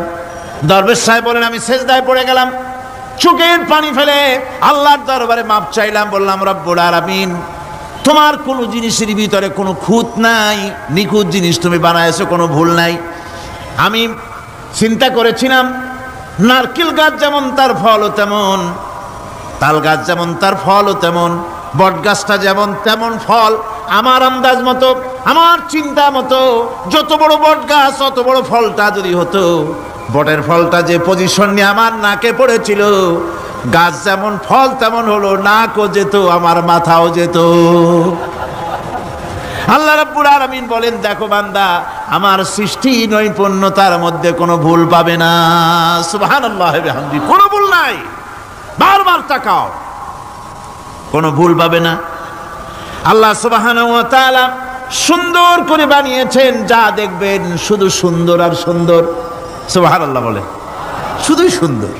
ফুলের সৌন্দর্য দেখেন, গাছের সৌন্দর্য দেখেন, জমিনের সৌন্দর্য দেখেন, পাখির সৌন্দর্য দেখেন। আল্লাহ পাক যা বানালেন সবগুলিকে আল্লাহ পাক সুন্দর করে করে সৃষ্টি করেছেন, সব গুছিয়ে গুছিয়ে সুন্দর করে করে বানিয়েছেন, অসুন্দর করে কিছু বানান নাই। ফুল দেখতে কত সুন্দর, ফুলের থেকে ফল হয়, সে ফল হওয়ার জন্য ফুলের পুংকেশর আর স্ত্রী কেশরের মিলন ঘটতে হয়। তো ফুল তো আর চলতে পারে না, এই মিলনটা কেমনে হবে? এই জন্য আল্লাহ পাকের রুচি দেখেন, আল্লাহ পাকের রহমত দেখেন, আল্লাহর কুদরত চিন্তা করুন। সুবহানাল্লাহ ওয়া বিহামদিহি। ফুল সুন্দর জিনিস, ফুলের চাইতে আর কিছু সুন্দর আছে নাকি? এত সুন্দর ফুল, এই পুংকেশর এবং স্ত্রী কেশরের বিনিময়টা কে করবে? এইটা করার জন্য আল্লাহ পাক এই দায়িত্ব তেলাপোকাকে দেন নাই, দিছেন নাকি? আরশোলাকে দিছেন, সার পোকাকে দিছেন, উই পোকাকে দিছেন, তাতে ফুলের ইজ্জত নয়। ফুল যেমন সুন্দর, আল্লাহর রুচি, আল্লাহ রাব্বুল আলামিনের সৌন্দর্য বোধ কত বিরাট, কত মহান আল্লাহ পাক। ফুল যেমন সুন্দর, ওই সুন্দর ফুলের উপরে তেলাপোকা পড়লে ফুলের সৌন্দর্য নষ্ট হবে। এজন্য আল্লাহ পাক ফুল যেমন সুন্দর, ওই পুংকেশর আর স্ত্রী কেশরের মিলন ঘটাবার জন্য রব্বুল আলামিন সুন্দর প্রজাপতির ব্যবস্থা করেছেন। ফুলও যেমন সুন্দর, প্রজাপতিও সুন্দর। প্রজাপতির ডানায় কোন শিল্পী কোন তুলি দিয়ে এত রং লাগালো? সুবহানাল্লাহ ওয়া বিহামদিহি, সুবহানাল্লাহ ওয়া বিহামদিহি। কি সুন্দর প্রজাপতি আল্লাহ তৈরি করলেন। আল্লাহ পাক বলছেন এমনি সুন্দর করে বানালাম, মানুষ বানাইছি, সে মানুষের সৌন্দর্য দেখো। দুইটা চোখ দিলাম দেখার জন্য, চোখ কি জন্যে? এখন এই চোখ দুইটা যদি কুমিরের মতো আল্লাহ গোল বানাই দিতেন, চোখ গোল এইরকম কুমিরের মতো দেখতে বিশ্রী হতো। চোখ দুটোকে আল্লাহ টানা টানা করেছেন। চোখের উপরে ভুরু লাগিয়েছেন, তাতে আবার পশম দিয়েছেন, চোখে পিসি দিয়েছেন, চোখের ভিতরে মণিটা কালো করেছেন, তার চতুর্দিকে সাদা অংশকে নীলাভ করেছেন যাতে কালোটা আরো ফুটে ওঠে। সুবহানাল্লাহ বিহামদি। কত সৌন্দর্য আল্লাহ রাব্বুল আলামিন মানুষকে দিয়েছেন। আল্লাহর রহমতের ওয়াজ সারা বছর করলেও তো ফুরাবে না, এত রহমত, এত দয়া আল্লাহ সুবহানাহু ওয়া তাআলা। মানুষ আল্লাহ কি সুন্দর করে বানালেন। একবার একজন দরবেশ সাহেব রাস্তা দিয়ে যাচ্ছেন, প্রতিমধ্যে তিনি দেখতে পেলেন নদী থেকে এক কলসি পানি নিয়ে এক যুবতী সুন্দরী মেয়ে রাস্তা বেয়ে যেতেছে। দরবেশ সাহেব দাঁড়ায় গেলেন আর ওই যুবতীর দিকে এক নজরে তাকায় আছেন, চোখে পলক দেয় না। এরপরে যুবতী থমকে দাঁড়ায় গেল। আধা বুড়া মানুষ, দাড়ি অর্ধেক পাইকে গেছে, দেখতে দেখায় খুব বুজুর্গ মানুষ, কিন্তু রাস্তায় আমার একা পাইয়া এমনি করে তাকিয়ে আছে আর চোখ দিয়েও তো পানি পড়ে। ব্যাপারটা কি? দরবেশ কাঁদে কেন? প্রতিমধ্যে আমাকে একা পেয়ে দরবেশ কাঁদে কেন, তাকিয়ে আছে কেন? মহিলার চিন্তা জাগলো। শেখ সাদী রহমতুল্লাহ আলাইহি ঘটনা লিখেছেন, বাংলা কবিতার অনুবাদ করেছেন। একদা সুখদায়ক প্রমোদা বদন, দর্শন করি মম ঝরিল নয়ন। হেসে কহে সেরূপসী সবিস্ময় মন, কহ দেখি মহাশয় কহ কি কারণ। বিষয় বিরাগী তুমি ভুবনে প্রচার, কি হেতু জন্মিল তব মানস বিকার। যুবতী মেয়েটি বলছে, ওগো দরবেশ সাহেব, হুজুর সাহেব, আমি একটা যুবতী মেয়ে লোক, রাস্তায় আমাকে একা পেয়ে আপনি আমার দিকে তাকায় আছেন আর কাঁদতেছেন। এই বৃদ্ধ বয়সে ভীমরতি হলে কেন? আমাকে দেখে কাঁদেন কেন আর এক নজরে কেন তাকায়ছেন? কারণটা কি? কি কুমতলব আছে? দরবেশ সাহেব বলছেন, হেসে কহিলাম বালে করহ শ্রবণ, নেত্র ঝরে তবু হেতু ভেব না এমন। হে রূপসী মেয়ে, তোমার জন্য আমি কান্দি, একথা একবারও চিন্তা করো না। যে শিল্পী রচিল এই সুধাংশু বদন, তাহার তরে ঝরে নেত্র নয়নে জীবন। তোমার প্রেম পাওয়ার জন্যে তোমাকে দেখে লোবাতুর এবং কামুক হয়ে তোমার দিকে তাকায় কান্দি, একবারও ভেবো না। আল্লাহর কসম আমি কাঁদতেছি তোমার এত সুন্দর স্বাস্থ্য আর চেহারা যে আল্লাহ রাব্বুল আলামিন বানায় দিলেন, না জানি সেই আল্লাহ কত সুন্দর। যার সৃষ্টি এত সুন্দর সে আল্লাহ রাব্বুল আলামিন না জানি কত সুন্দর। আল্লাহ পাক সেই সুন্দর আল্লাহ রাব্বুল আলামিনকে দেখার তৌফিক যেন আমরা পাই। জোরে কোন আমিন, আরো জোরে বলেন আমিন। আল্লাহ পাক বলছেন, আমি সুন্দর করে সব তৈরি করে দিয়েছি। বুঝবে তারা যারা চিন্তাশীল, যারা গবেষণা করে। ইন্না ফি খালকিস সামাওয়াতি ওয়াল আরদি ওয়া ইখতিলাফিল লাইলি ওয়ান নাহার লাআয়াতিন লিউলিল আলবাব। নিশ্চয়ই যারা নাকি জ্ঞানবান, তারা রাত এবং দিনের পরিবর্তন, আকাশ এবং জমিনের সৃষ্টি ইত্যাদির ব্যাপারে, এই সৃষ্টি নৈপুণ্যতার ব্যাপারে তারা চিন্তা করে, গবেষণা করে। রাত এবং দিনের পার্থক্য মানুষের জীবনকে জীবন পদ্ধতিকে দুই ভাগে বিভক্ত করেছে, রাত এবং দিন। দেখেন আল্লাহর রহমত এবং কুদরত সব জায়গায়। রাত এবং দিন মানুষের জীবন চলার পথকে, জীবন পদ্ধতিকে কয় ভাগে ভাগ করেছে? দুই ভাগ। আল্লাহ পাক বলেন, ওয়াজআলনাল লাইলা লিবাসান ওয়াজআলনান নাহারা মাআশা। আমি রাতকে করেছি শান্তির বাহন, রাতকে করেছি আচ্ছাদন, শান্তির বাহন, আর দিনকে করেছি রোজগার করার জন্য। দিনের বেলায় রোজগার করবে, কামাই রুজি করবে, কল কারখানায় যাবে, খেতে খামারে যাবে, অফিস আদালতে যাবে, কাজ কাম করবে। এ কাজ করে করে শরীরের ভিতরে ক্লান্তি আসে, অবসাদ এসে যায়। আল্লাহ রাব্বুল আলামিন বলেন, আমি আবার রাত বানালাম। ওই রাতের বেলায় মানুষ যখন ঘুমায় যায়, এই ঘুম তার সমস্ত অবসাদ আর ক্লান্তি দূর করে দিয়ে সকাল বেলায় আবার তাজা মানুষ করে সমস্ত একেবারে পরিপূর্ণ কর্মক্ষম একজন মানুষে তাকে পরিণত করে দেয়। রাতটাকে আচ্ছাদন করে দিয়েছি, দিনের কোলাহল মুক্ত রাত। সূর্যের আলোর ঝলকানি, তীব্র আলো নাই, চিৎকার নাই, আওয়াজ নাই। রাতের একটি অন্ধকার চাদর পরিয়ে দিলাম এই পৃথিবীর উপরে, রাতের একটি অন্ধকার চাদর পৃথিবীর উপরে পরিয়ে দিলাম। কোলাহল মুক্ত পৃথিবী। এখন সূর্যের তীব্র আলো আর নাই। এখন আরামে তুমি ঘুমিয়ে যাও, ঘুমাও, আবার সকালবেলা উঠে তুমি কাজ করবে। আল্লাহ পাক বলেন, আমি এভাবে ومن رحمته جعل لكم الليل والنهار لتسكنوا فيه ولتبتغوا من فضله। আল্লাহর রহমতের ভিতরে এটাও রহমত, আল্লাহর করুণা, আল্লাহর দয়া যে তিনি দিনকে করেছেন রুজি কামার জন্য, রাতকে করেছেন তিনি তোমাদের জন্য ঘুমাবার জন্য, বিশ্রামের জন্য। এই ব্যবস্থা আল্লাহ রাব্বুল আলামিন করেছেন, যিনি তোমাদেরকে দুপুর বেলায় বিকেল বেলায়ও তোমাদেরকে অবসাদ গ্রহণের জন্য, আরামের জন্য দুপুর এবং বিকাল, সকাল ইত্যাদি তৈরি করেছেন।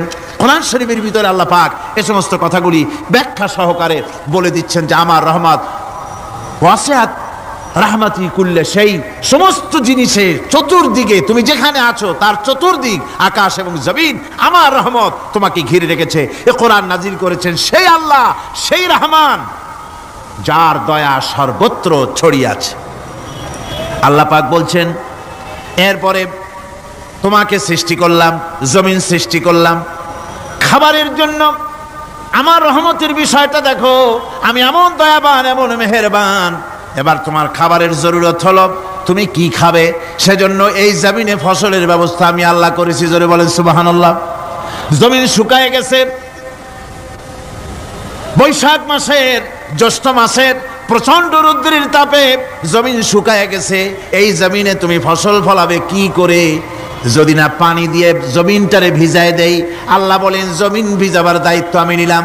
আল্লাহুল্লাযী আরসালার রিয়াহা ফাতুসিরু সাহাবা।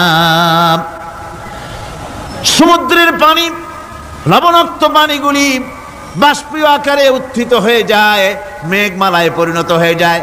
বাতাসকে বলি, এই মেঘকে টেনে নিয়ে যাও অমুক জায়গার উপরে। মেঘ চলে এলো। আল্লাহ বলেন, ফাসুকনাহু ইলা বালাদিন মাইয়িতিন ফাআহইয়ানা বিহিল আরদা বাদা মাউতিহা কাযালিকান নুশুর। আল্লাহ পাক বলছেন, বৃষ্টির পানি পড়লো, মরা জমিন জিন্দা হয়ে গেল। এই মরা জমিন জিন্দা হলো। এরপরে তুমি বীজ বপন করলে, ধান বপন করলে, গম বপন করলে, মাটির খাসলাত হলো সব পচায় দেওয়া।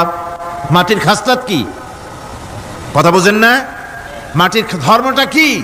পচায় দেওয়া। যা রাখেন পচে যাবে, লোহা রাখেন জং ধরে যাবে, পাথর রাখেন আস্তে আস্তে, এ ধরনের যেসব জিনিস রাখেন আস্তে আস্তে করে ধ্বংস হয়ে যাবে, পচে যাবে। ওই মাটির ভিতরে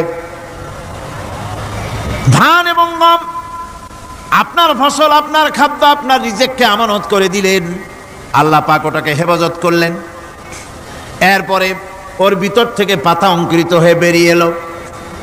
এখন কেউ যদি বলে আল্লাহ যদি পানি না দেন, আল্লাহ যদি বৃষ্টিটা না দেন, তাহলে আমার অসুবিধাটা কি?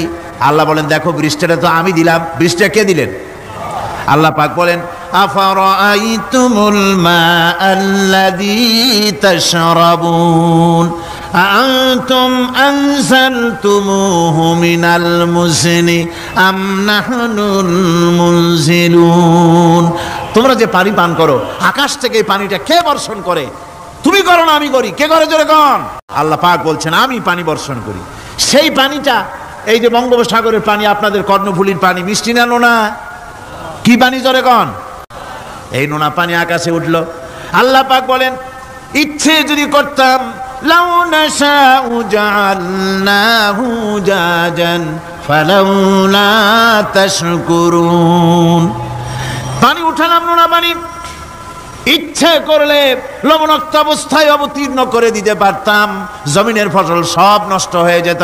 কিন্তু আমি নোনা পানি উঠায়া ওই পানিগুলিকে মিষ্টি করে আমি নাজিল করে, জোরে কান সুবহানাল্লাহ, মিষ্টি পানি অবতীর্ণ করে দিলাম। এখন মানুষ বলে আল্লাহ পানি না দিলে কি হইতো? আমাদের খাল আছে, বিল আছে, সাগর আছে, নদী আছে, পুকুর আছে, হাওড় আছে, টিউবওয়েল আছে, ডিপ টিউবওয়েল আছে। আল্লাহ বৃষ্টি না দিলে তো কি হয়ে গেল আমাদের? আল্লাহ পাক জবাব দিয়েছেন, কুল আরাআইতুম ইন আসবাহা মাউকুম গাওরান ফামান ইয়াতিকুম বিমাইন মাইন। বলো দেখি সবে শুকাইয়া যদি যায় এই জমিনের পানি, তাহলে হেথায় তটুডির ধারা কে দিবে সবারে আনি। টিউবওয়েলের পানি, পাতালের পানি, দরিয়ার পানি, সাগরের পানি, হাওড়ের পানি, বিলের পানি সব যদি আমি আল্লাহ শুকায় দেই, আমি আল্লাহ ছাড়া এমন কোন শক্তি আছে যে মরা গাঙ্গে নতুন করে পানির জোয়ার এনে দিতে পারে? আছে কেউ? কেউ নাই। আল্লাহ পাক বলেন দেখুন আমার রহমত, এভাবে করে আমি পানি দিলাম, বৃষ্টি দিলাম, এবার গাছ উঠলো, বীজ বপন করছিলাম, গাছ উঠলো। আনতুম আনশাতুম শাজারাতাহা আম নাহনুল মুনশিউন। মাটি থেকে এই গাছকে কে উদ্গত করে দিল? হয় বেটা, কে দিল? তুমি দিছো না আমি দিয়েছি? কে দিয়েছে? জোরে কর, জোরে চিল্লা এখন, কে দিল? আল্লাহ পাক বলেন গাছ উদ্গত করে দিলাম, গাছ এবার বড় হলো। এই গাছ আল্লাহ রাব্বুল আলামিন এই গাছ তৈরি করলেন। এই গাছ শুধু আপনার জ্বালানি দেয় না, গাছ শুধু ফল দেয় না, এই গাছ মানুষের জন্য গাছ হচ্ছে বন্ধু। মানুষের জন্য গাছ কি? জোরে কোন কি? বন্ধু। সেই বন্ধুরে জন্মের কাটা কাটবেন নাকি? এই গাছ তৈরি হচ্ছে। গাছ বন্ধু কি করে? গাছ বন্ধু হচ্ছে আমরা যে শ্বাস প্রশ্বাস নেই, মুখের থেকে নাকের থেকে যে শ্বাসটা ফেলি, সেটা হচ্ছে আমরা গ্রহণ করি বাতাস থেকে অক্সিজেন, ছেড়ে দেয় কার্বন ডাই অক্সাইড। এটা হচ্ছে বিষ। এটা কি? আমরা নিলাম পরিশুদ্ধ অক্সিজেন, নিলাম, ছেড়ে দিলাম এটাকে বিষ করে, এই বিষটা ছড়িয়ে গেল। এখন এই বিষ যদি আল্লাহ পরিশুদ্ধ করার কোনো ফ্যাক্টরি না বানাতেন, তাহলে পৃথিবীর সমস্ত প্রাণী মরে যেত। সুবহানাল্লাহ কইতে ইচ্ছে করে না? আল্লাহ পাক কি ব্যবস্থাটা করলেন! কোন দুনিয়ায় ফ্যাক্টরি নাই, মানুষ যে বিষাক্ত করে দেয় আবহাওয়াকে, সেটাকে রিফাইন করার ব্যবস্থা মানুষের কাছে নাই। আল্লাহ ব্যবস্থা করেছেন কি? আল্লাহ পাক গাছ বানায় দিলেন, গাছের সবুজ শ্যামল রং, ঘাসের সবুজ শ্যামল রং, তার খাদ্য হতেছে আপনি যেটা ছেড়ে দেন, আপনার জন্য যেটা বিষ সেটা হচ্ছে তার জন্য খাদ্য। কার্বন ডাই অক্সাইড গাছ টেনে নেয়, সারা রাত টানতে থাকে অক্সিজেন থেকে, বাতাস থেকে সারা রাত টানতে থাকে কার্বন ডাই অক্সাইড, খাবার হিসাবে সে টেনে নেয়। আর দিনের বেলা যখন রোদ ওঠে, সূর্যের উত্তাপ আর গাছের সবুজ রং দুটোতে মিলে এক প্রকারের রন্ধন ক্রিয়া হয়, রাঁধা হয়। সেই রান্নার মাধ্যমে গাছের ভিতর থেকে গাছ আবার অক্সিজেন মানুষের জন্য, প্রাণীর জন্য ছেড়ে দেয়। সুবহানাল্লাহ বিহামদিহি। তো গাছ আপনার জন্য বন্ধু। একদিকে গাছ আপনার এই কাজ করলো, ফার্নিচার বানাইলো, ছায়া দিল, ফল দিল। আল্লাহ পাক বলেন এই গাছগুলি কে তৈরি করলো? মিয়া তুমি করছো? না আমি করছি। আমি আমার রহমত দিয়ে তোমার গাছ বানাই দিলাম। এরপরে ফসল দিলাম, ফসল হলো, তোমার তরি তরকারি হলো, সব কিছু তোমার হয়ে গেল। এবার ফসল দেখা মানুষে যখন দেখে জমিনে বড় বড় ধানের গোছা হয়েছে, মোটা মোটা ধানের গোছা হয়েছে, মোছে তখন তেল মাখে আর নতুন নতুন গানের আয়োজন করে। এবার ফসল বেশি হয়েছে, গান, থিয়েটার, বাজনা, গুনাগার বিবি, কত রকমের গানের ব্যবস্থা করে ফেলে। জমিনে ফসল আর মোছে তেল মাখে আনন্দে। আল্লাহ রাব্বুল আলামিন বলেন লাউ নাশাউ লাজআলনাহু হুতামান ফাযান্তুম তাফাক্কাহুন। আমি যদি ইচ্ছে করি তোমার জমিনের সমস্ত ফসলটাকে আমি সম্পূর্ণ কুটায় পরিণত করে দিতে পারি, তুষে পরিণত করে দিতে পারি। পারেন না? ধানের ভিতরে আল্লাহ যদি চাউল না দেন, তাহলে সব তুষ হয়ে যাবে না? তখন কি করবেন আপনারা? কি করবেন? কোন বাংলাদেশ তখন হরতালের দেশ। যখন আপনি দেখলেন যে জমিনে ধানে এবার সব তুষ হইছে, তখন আল্লাহর বিরুদ্ধে হরতাল করেন। লাভ হবে কিছু? লাভ হবে? আল্লাহর বিরুদ্ধে আপনারা অনশন ধর্মঘট করেন, লাভ হবে কিছু? কোনো লাভ হবে না। আল্লাহ রাব্বুল আলামিন বলেন কোনো লাভ হবে না, বরং তোমরা তখন বলবে ইন্না লামুগরামুন বাল নাহনু মাহরুমুন। কপালে তখন আঘাত করবে, পরাঘাত করতে থাকবে আর বলবে যে আরে কপাল পোড়া হয়ে গেলাম, হতভাগ্য হয়ে গেলাম, বঞ্চিত হয়ে গেলাম, আল্লাহর রহমত থেকে সর্বনাশ হয়ে গেল। তখন কপালে আঘাত করা ছাড়া আর কিছুই করতে পারবে না। আল্লাহর বিরুদ্ধে মিছিল চলে না, সমাবেশ চলে না, বিক্ষোভ চলে না, হরতাল চলে না। মহান আল্লাহ রাব্বুল আলামিন বলছে দেখো এইভাবে করে তোমার ফসলের ব্যবস্থা আমি আল্লাহ করেছি, আমি রহমান, আমি আল্লাহ পাক কি এমন রহমান। আজ জমিনে ফসল বৃদ্ধির জন্য ইউরিয়া, সুপার সালফেট, সালফার সারের ব্যবস্থা হয়েছে, নানান জাতের সারের ব্যবস্থা হয়েছে। যখন এই সার মানুষ তৈরি করতে শেখে নাই, আবহমান কাল থেকে এই জমিনের জন্য সারের ব্যবস্থা কে করেছেন জোরে কন? আল্লাহ পাক বলেন আমিন আয়াতিহি আইয়ুরিকুমুল বারকা খাউফাও ওয়া তামাম। আমার অসংখ্য নিদর্শনাবলীর মধ্যে এটাও একটি নিদর্শন যা আকাশে বিদ্যুৎ চমকে মেঘের গর্জন হয়। এই যে বিদ্যুৎ চমকে গর্জন হয় এর মধ্যে রয়েছে মানুষের জন্য ভীতি এবং আশা। তারা ভয় পায়, আর এর মধ্যে আশাও রয়েছে। আশাটা কি? আশা হচ্ছে এই যে বিদ্যুৎ যে বছর যত বেশি চমকায় মেঘে, সে বছর জমিনে ফসল তত বেশি বাড়ে। কৃষিবিদরা বলেছেন বিদ্যুৎ যত বেশি চমকায় জমিনের ফসল তত বেশি বাড়ে। সুবহানাল্লাহ বিহামদিহি। এর একটা সিস্টেম আছে, সেই সিস্টেম অনুযায়ী আল্লাহ জমিনে ফসল বাড়ায় দিলেন। আল্লাহ ফসল দিলেন। এবার আপনার আল্লাহ পাক বলছেন দেখো ফসল দিলাম, ধান হলো, চাউল হলো, মাছ হলো, গোশ হলো, সব হয়ে গেছে, এখন তুমি খাবে। রান্না বান্না হয়ে গেল, রহমত আমার দেখো, আমার রহমতটা দেখো। এ কোরআন শিখাইছেন সেই আল্লাহ রাব্বুল আলামিন যার নাম রহমান। জোরে বলেন তার নাম কি? রহমান। চাউল হয়ে গেছে, চাউল তো শুধু ভর্তা বানায় খাওয়া যাবে না, ভাত হয়েছে, আটা দিয়া রুটি তৈরি হয়েছে, কি দিয়া খাবেন? আল্লাহ রাব্বুল আলামিন আপনার পুকুরের ভিতরে মাছ দিয়া দিলেন, জন্তু জানোয়ার দিলেন, চার পায়া জানোয়ারের গোশত হালাল করে দিলেন, পাখির মাংস আল্লাহ রাব্বুল আলামিন হালাল করে দিলেন। এখন মাছ হলো, গোশ হলো। মাছ আর গোশ সিদ্ধ করে খাওয়া যাবে? জোরে বলেন যাবে? যাবে না। তার গন্ধ নষ্ট করতে হবে আর সুঘ্রাণ সৃষ্টি করতে হবে। এই গন্ধ নষ্ট করে সুঘ্রাণ সৃষ্টি করার জন্য লবঙ্গ তৈরি করলেন কে? কথা কন না কেন? এলাচি কার? দারচিনি কার? লবণ কার? মরিচ কার? হলুদ কার? পেঁয়াজ কার? সুবহানাল্লাহ বিহামদিহি। এত নিয়ামত আল্লাহ রাব্বুল আলামিন বলেন ওয়া ইন তাউদ্দু নি'মাতাল্লাহি লা তুহসুহা। আমার নিয়ামত গণনা করে করে আমার নিয়ামত গুণে শেষ করতে পারবে না, এত নিয়ামত আমি দান করেছি। এরপরে তরি তরকারি হলো, মাছ গোশ খেতে খেতে অস্থির হয়ে যাবে। তারপরে তরি তরকারি দিলাম, শাক সবজি দিলাম, সব কিছু আমি আল্লাহ রাব্বুল আলামিন দিয়েছি। আমার নাম রহমান, তোমার সমস্ত প্রয়োজন আমি দিয়েছি, মিটাই দিয়েছি। এবার তরি তরকারি হলো আর মানুষ তরি তরকারি খাইলো, আল্লাহ শুকর আদায় করলো না। শুকর আদায় করে? করে না। এত সুন্দর মজার কদু, সেই কদু খায়, আর কদু খাইয়া মোসে তাও মারে আর বলে স্বাদের লাউ বানাইলো বৈরাগী। আল্লাহ শুকর আদায় করে, আল্লাহর নিয়ামতের শুকরিয়া আদায় করে না। আমার ভাইয়েরা, আল্লাহ রাব্বুল আলামিন বলেন এই পৃথিবীর আমি রহমান, কোরআন আমি শিখাইছি আমি রহমান। এমন রহমান শুধু মানুষকে খাবার দেই না, এই পৃথিবীর সকল প্রাণীকে আমি খাবার দেই। জোরে কান সুবহানাল্লাহ। সকল প্রাণীর খাবার কে দেন? ওয়ামা মিন দাব্বাতিন ফিল আরদি ইল্লা আলাল্লাহি রিজকুহা। এই পৃথিবীর বুকে এমন কোন বিচরণশীল জীব নাই যে জীবের রিজকের দায়িত্ব আমি আল্লাহ গ্রহণ করি নাই। সমস্ত রিজকের দায়িত্ব কে নিয়েছেন? চিল্লায় কোন? আল্লাহ সুবহানাহু ওয়া তাআলা।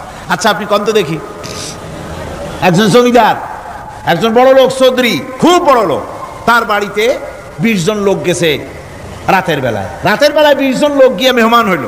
মেহমান হইয়া তারা বলতেছে সাহেব আমরা তো মেহমান, আমি এক একজন এক এক রকমের খাবার চাইলো।